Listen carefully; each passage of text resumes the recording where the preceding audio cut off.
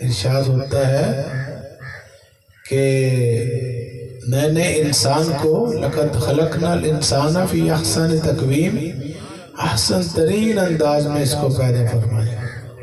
انسان اگر اپنی حقیقت کو سمجھے تو یہ فرشتوں سے افضل ہے، اور اگر نہ سمجھے تو درندوں سے بدتر ہے۔ ہم سب کی یہ خوش نصیبی ہے کہ ہم اللہ کے پہلے نبی سیدنا آدم علیہ السلام کی اولاد ہیں۔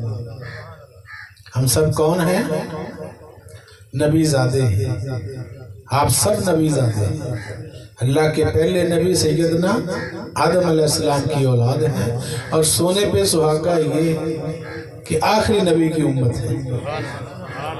پہلے نبی کی اولاد ہیں اور آخری نبی کی امت ہے، مگر ہم چھوٹے چھوٹے جھگڑوں میں پڑ گئے کہ ہم یہ ہوتے ہیں، وہ ہوتے ہیں۔ ہم کچھ بھی نہیں ہوتے، ہم آدم علیہ السلام کی اولاد ہوتے ہیں۔